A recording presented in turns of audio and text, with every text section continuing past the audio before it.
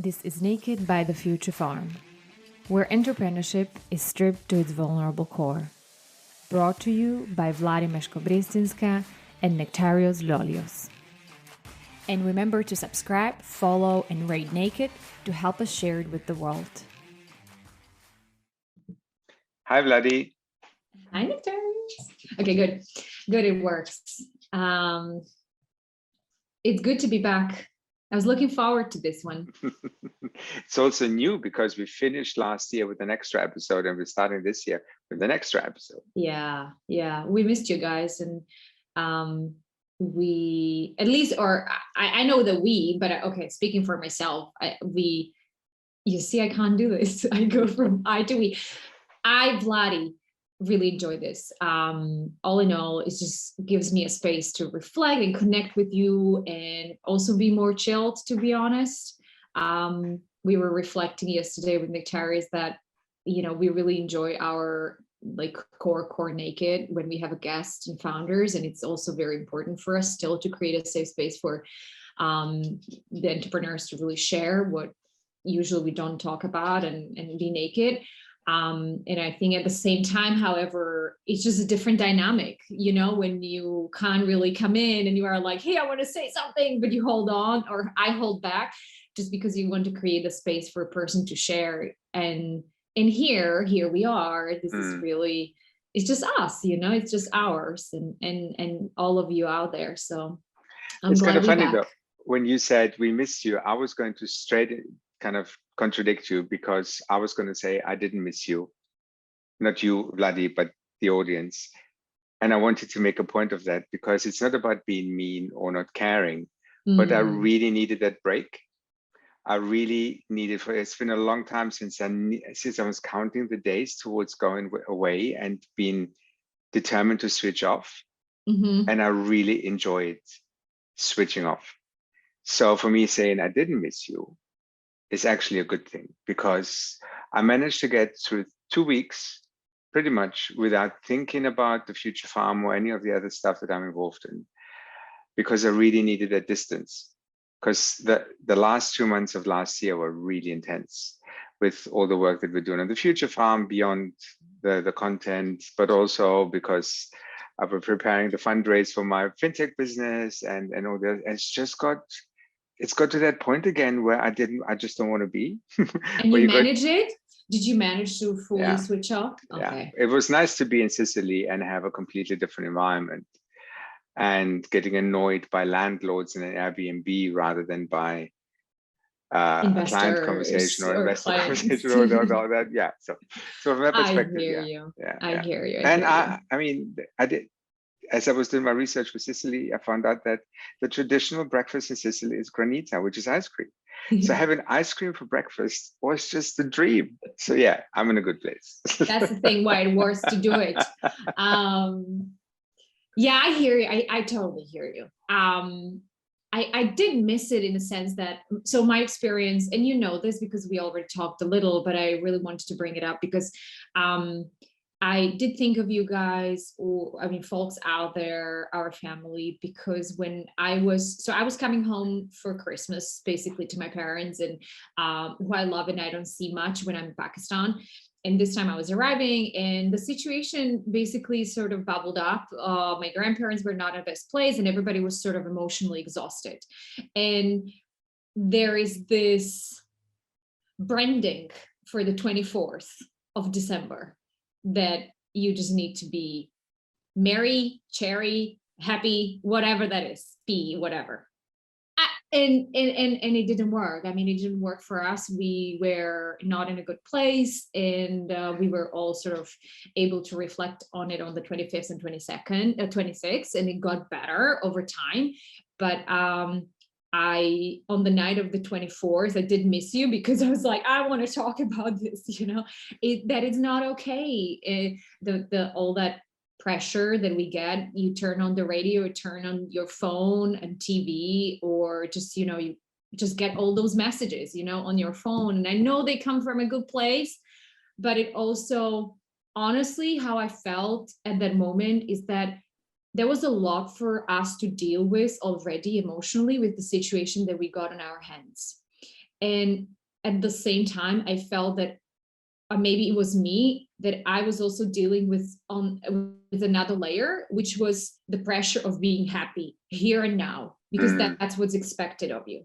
And I felt that that's not fair.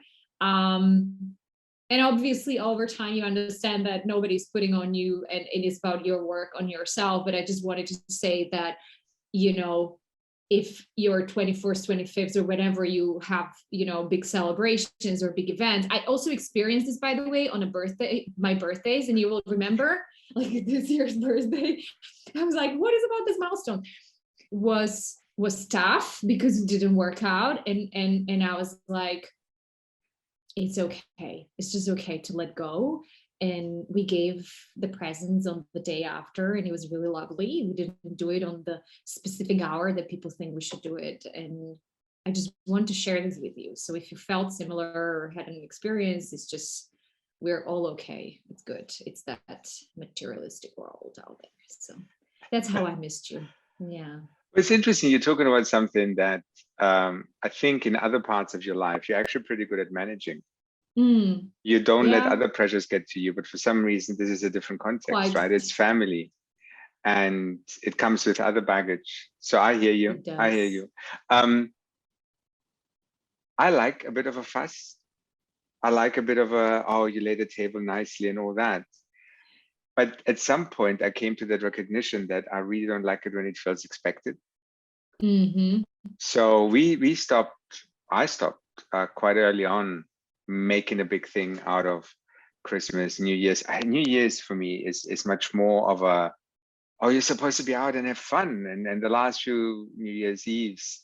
Okay, what time did you go to bed this year? This year, I went to bed about 1 a.m. Oh, wow. We were like 10 p.m. under the duvet. You're good, man. But literally just kind of watching rubbish television and having a really, really enjoying it. And we was next door playing computer games, and we got together for 15 minutes around midnight to say Happy New Year, and then we went both back and so that there is something about, if you need it and you can find it and it gives you what you want, fine, but not everybody has the same needs. And there is something about this presumed communal experience that doesn't work for everybody. Yeah. I think, like, look, I really like traditions. And I also like rituals. So I hear you on that, you know, table laid out nicely and stuff. I actually really do like it. I think it was that conflict of like, when it doesn't work out because you can't control everything, that's the moment when it's okay to let go. And I think that's where we were sort of like, oh my God, we want to make it perfect, but it's not possible at this moment. So just let go and say, like, let's go to bed. Tomorrow is going to be a better day. So, okay, let's talk a little bit about this. And I'll start by oversharing. In Sicily, we arrived. Are we doing that already? Like, since whatever time since we started this show? In Sicily, we arrived at this B&B. And I was really looking forward. This was the last one. So we had 3 stops, and this was the one we were going to be for a week. And we picked it because it was beautiful. It was like old architecture, but modern fittings and all that. And we walk in and it was freezing. And I communicated with the landlord, and the landlord was not really hearing me when I was saying, it's really cold. It's really difficult to even take your jacket off. And he was like, oh, it's going to get warm soon. And 2 hours later, it was still cold. And I'm the switching into solution mode, the pragmatic one, the fixer.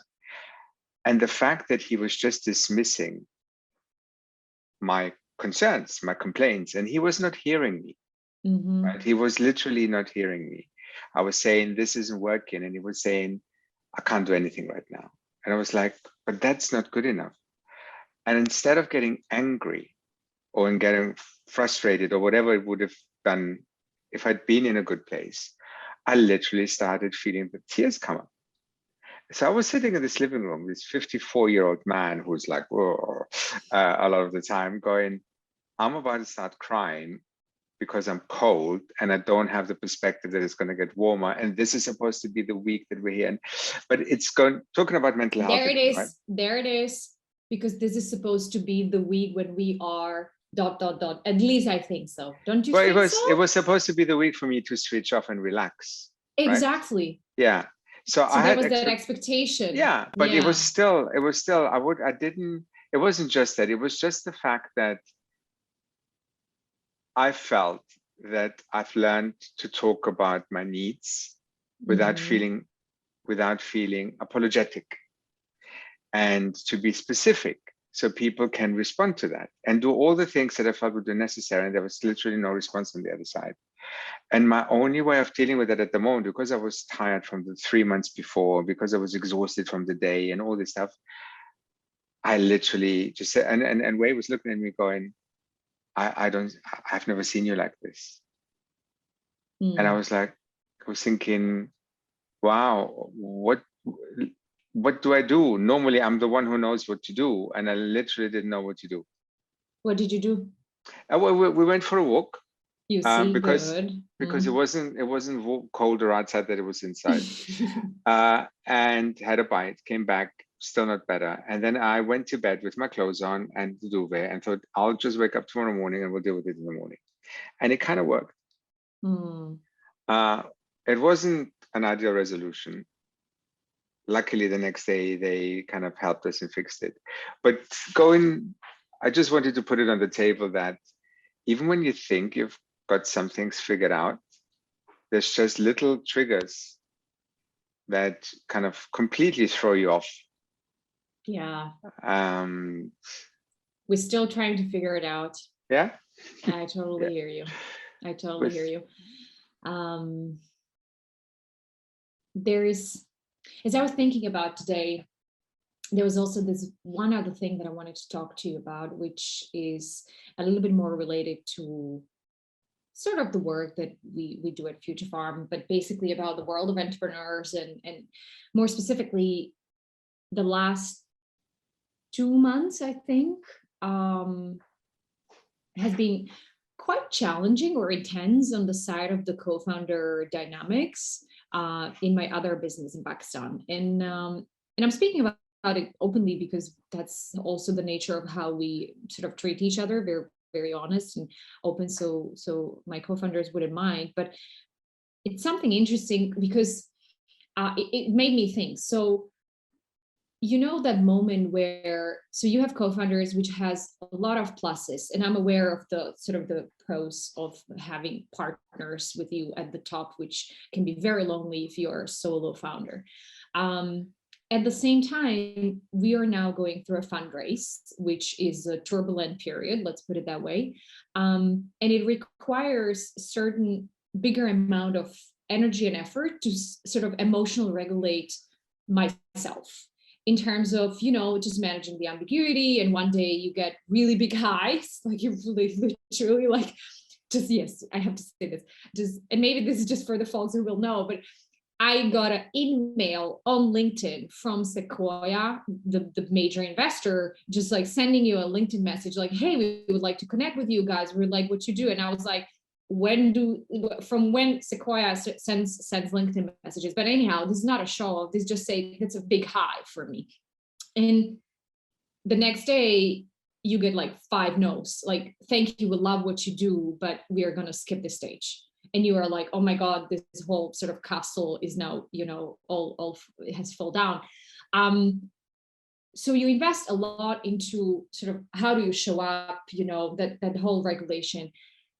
And then what I've been experiencing is that at the same time, while you are taking care of yourself, there is somebody with whom you committed to each other as partners, and that somebody, you see him or her sort of suffering in a bigger way, let's say, through this process. And whether it's a fear of missing out, anxiety, or what I'm also seeing is sort of like this sort of losing a relevancy in terms of what's my role, what's my purpose in here. And I think my question was around how much of my personal effort needs to go in creating that space for the other person, for my co-founder, to help them figure it out. And now my natural self goes into, we committed to each other, we have each other's back, we're creating a lot of safe space for those conversations to happen. But I also am feeling that there is a boundary, that there is a moment where I have an expectation for the others to also take care of their own self-awareness and, you know, their own emotional regulation, and start being sensitive around sort of where it's harming the others or where it might be harming the business and where it's my thing to deal with, and not to bring it up sort of, let's say, often to the table. So that's something I think we're sort of figuring it out. We also put together this co-founder relationship agreement, which has like key principles, and I really love it. It took us a long time to put it together. Happy to share it if anybody is interested. So one of the things that we did in this situation is that we refer to the principles, because some of the things that I even wrote it down just to sort of share, but one of the principles that helped me was like we say we offer support to each other during the tough times, personally and professionally. At the same time, the other point says we ruthlessly pursue self-knowledge in order to show up more balanced and self-aware in the co-founder relationship. And I think that's something that I've been sort of struggling. It's not always easy to put it to the other person. I also sort of want to, you know, be sort of respectful to the principle of honesty to each other, but it's just not easy. Let's put it that way, because it's emotional, it's ego and all of it. So just put it out there. It's not a drama, but it's something that, you know, I've been going through and trying to sort of feel it, navigate it. What are your thoughts? I mean, you have experienced relationships. Yeah. Experienced relationships. What did I just say? Oh my God. Co-founder relationships experiences.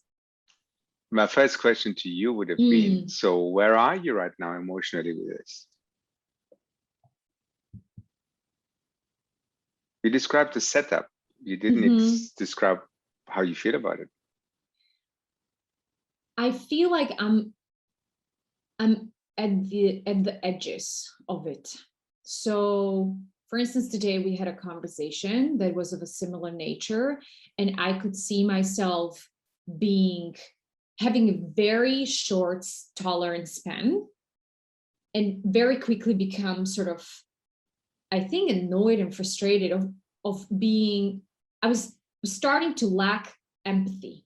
It was the empathy fatigue, because I was like, we talked about this. We clarified this. I love you. I really do. I respect you, but you need to deal with this. And then the conversation actually navigated into a good place. So as of now, I feel like I'm seeing this like white color. So I'm like in a okay space, but yeah, it's not like, you know, it went off and it's like, I think it's still something that I'm processing, and hence why I wanted to also bring it up and sort of share. It's great that you've done two things. So in that one sentence statement that you just kind of shared, which is you showed that radical self-awareness, that recognition, that you started lacking empathy, right? But also articulating it in a way that it's very clear that your needs are met as well. There is something about being able to say what you need without feeling guilty about putting your needs first, or not first, but just making sure that your needs are being met. And you saying this is something that you need to deal with to the others is not rejecting them or not caring, but a lot of us are hiding a little bit behind that because it feels weird to be confident in saying, what I need right now is not to have to deal with your shit. And I'm exaggerating, but there's an element of that, right? And I think it's great that you could do this in a way that nudge the conversation in a direction where you feel good about it. And you know what? There's also something absolutely okay, I find, with you feeling okay with the situation, but the others maybe are not there yet. Yeah. It's a tricky beast, huh? This co-founder relationship. And for what it's worth, I was in a situation this morning where I had to ask one of my co-founders in my other business if he's okay if I tell him what I think he should be doing with the other co-founder. Okay. So it's an awkward setup, and I thought, I'm just going to go out on a limb here because I think I'm seeing something that the other two aren't seeing. And if they are, because they're both more on the kind of reserved end of the spectrum, they probably wouldn't address it themselves. Mm-hmm. But also, honestly, yeah, we do this actually also quite often. Now I'm thinking, you made me reflect. It's nearly like we often, and it really sort of goes around the table. We take a role of a coach in between, or sometimes even a mediator when, you know, there is a dynamic between the two. And I know that your business, you're also three of you, the same for me. And I think there's something really nice about that as well, because that one person sometimes really can play that role. How did it go? I mean, it went well because I haven't fully processed it, but there was also an element of, I don't think I'm emotionally able to have that conversation today. Mm-hmm. But it was good to be able to say these things, right? Mm. And I'm learning. The one thing that I'm really struggling with these things is patience. I'm normally a very patient person when it comes to, let's just talk things through. I always feel this need because the sooner you talk about stuff, the better it is in my head. But accepting that some people are just not able to switch on the talking bit, that little unit in your head that allows you to actually sit down, gather your thoughts, and actually talk about emotions, doesn't come easy to an introvert or somebody who might need more time to process stuff.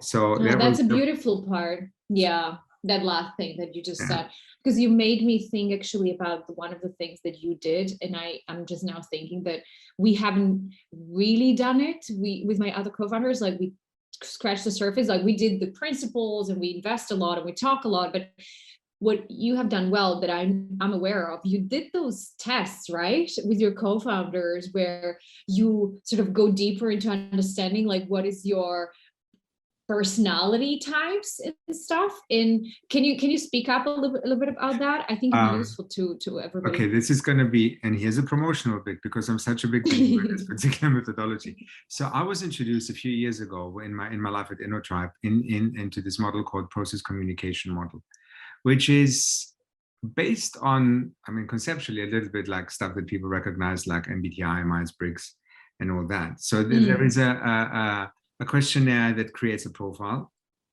But the key thing in all of this is that knowing your profile, which is what happens with the other things, doesn't really have any practical applicability.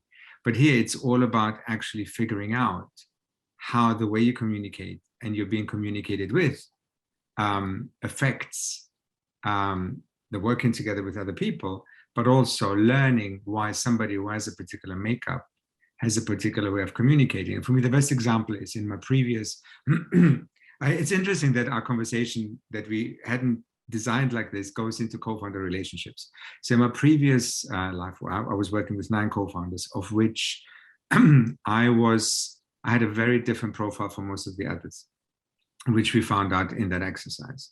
And the thing that was interesting for me was that for whatever reason, my makeup is that if I really value relationships.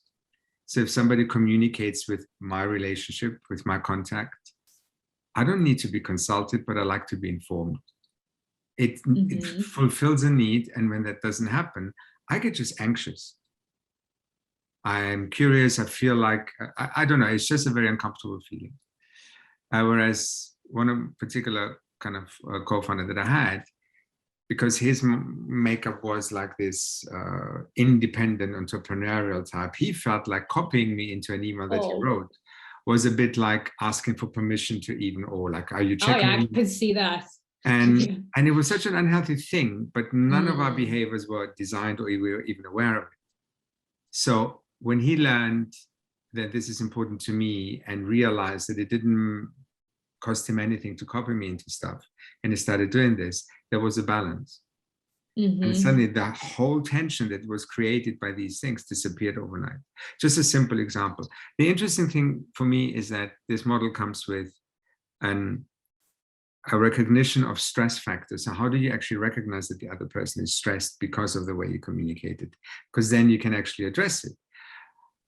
I think it's wonderful. I've done this so many times now. We're working with this wonderful woman called Martine de Weert, who's been doing this now. I've introduced it to portfolio companies of mine. I've done this with my new co-founders. I've done this in so many different makeups and scenarios because it starts with that awareness. Yeah. And you know what? Yeah. The funnest bit, having done this now a few times, is because you go through this course and sort of halfway through the day, you've been given your profile. Okay. And Anticipation. So but also realizing it's how some people's expectation of what profile they will be are very different. Oh, that's a big one. That's fascinating, right? Because suddenly you realize. So I'm working with two people whose profile is very different from mine, and I can talk about this for hours. But the point is that my base, as it's called, my fundamental makeup is something called harmonizer. So my way of communicating is always making sure that everybody's happy and comfortable and relaxed. And one of my co-founders, his profile is what is called an imaginer, which is practically has very little recognition that relationships matter. So we're opposite ends of the spectrum. But anyway, long story short, I've done this a few times, and that communication, the way you communicate, but also that awareness of how you function and what matters, and the permission, one of our favorite words, to be selfish in the best possible sense and say, I really need not to get involved in your conflict or in your being sad or being upset or your anger, is a big thing. Yeah. And I also love having some sort of a framework that it's a reference point, because I can come back to the same way as we use the co-founder relationships agreement. I'm like, we committed to this type of behavior is in misalignment. So it's like, it goes for me, the power of bringing it from something vague and a feeling and emotion, not that emotion and feelings are bad, but when you're exchanging, it doesn't really help often. So that's at least my experience. So bringing it back to something like, oh, I see, man, I understand why you are doing this, which still, I hear you, doesn't always give you a permission to bring that behavior on the table and at home, meaning at home to the business, right? So I think that's beautiful, that boundary. Sorry, I have to say this. You made me laugh through when you were saying about when people have different expectation of who they are versus what the test says. I was on a coaching session. It was like a group of us, and the question was like, we knew each other sort of, and the question to the group was like, think about what type of animal the other person represents. And I had this view that I'm like a lion, and I got the animals I got was like a deer, peacock, and I was like, what deer, what peacock? And I was like, I lost it. I literally lost it. I remember, like, I was upset for 2 days. Like, I'm not a deer, this softy animal. Anyhow, so that was something deeper into in there, probably a different therapy or different conversation. But I'm glad you didn't start telling that story by asking me what kind of animal I think you are. Hey, you tempted me now. Okay, next extra. This was beautiful. I think we should absolutely share the resource of this test with people and give it a chance. I did it once. I also enjoyed it, although I just did it for myself. I didn't do the dynamics. So now you're making me think that that's an investment I think worth making also for my team. Good. I wish we would have some questions from you guys now that we could also go into. And I'm also saying that consciously because that's something we want to really do more of this year. And I was talking to Kara from our team, and she was telling me, tell people that they can reach out to us and let us know what you want to hear. And also, if there are any questions for Nektarios and I, and you can email those to us at hello@thefuturefarm.co. not com, but co, and we will try to, sort of reach out to you through other channels as well. But would love to hear from you. That's the point. Lovely. It's exciting. It's the beginning of a new year. Mm-hmm. I like these markers. We've got a lot of good stuff ahead of us, and I'm really looking forward to continuing building what we're building with the Future Farm, and also evolving the format of Naked, because we've got a few more thoughts on this. So thank you for keeping the faith. Thank you for being loyal, and thank you for allowing us also to just talk about the stuff that goes on in our lives and doing this public. That's really, really valued. Yeah. Last one, we're also trying to put this one on the YouTube, so the videos. So if that works, you should be able now to find this new extra as a video. We still don't know if it's going to work, but if it works, you see it there. So we want to sort of bring it closer to you and bring a human face, Nektarios and Vladi face. So stay well. Speak to you soon. Bye. Bye, Nektarios. Bye.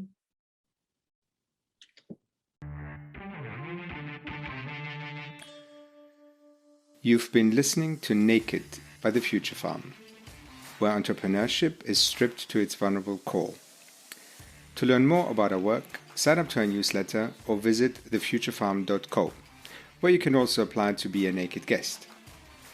Naked is produced by Dan Turgel and edited by Catherine Dworke.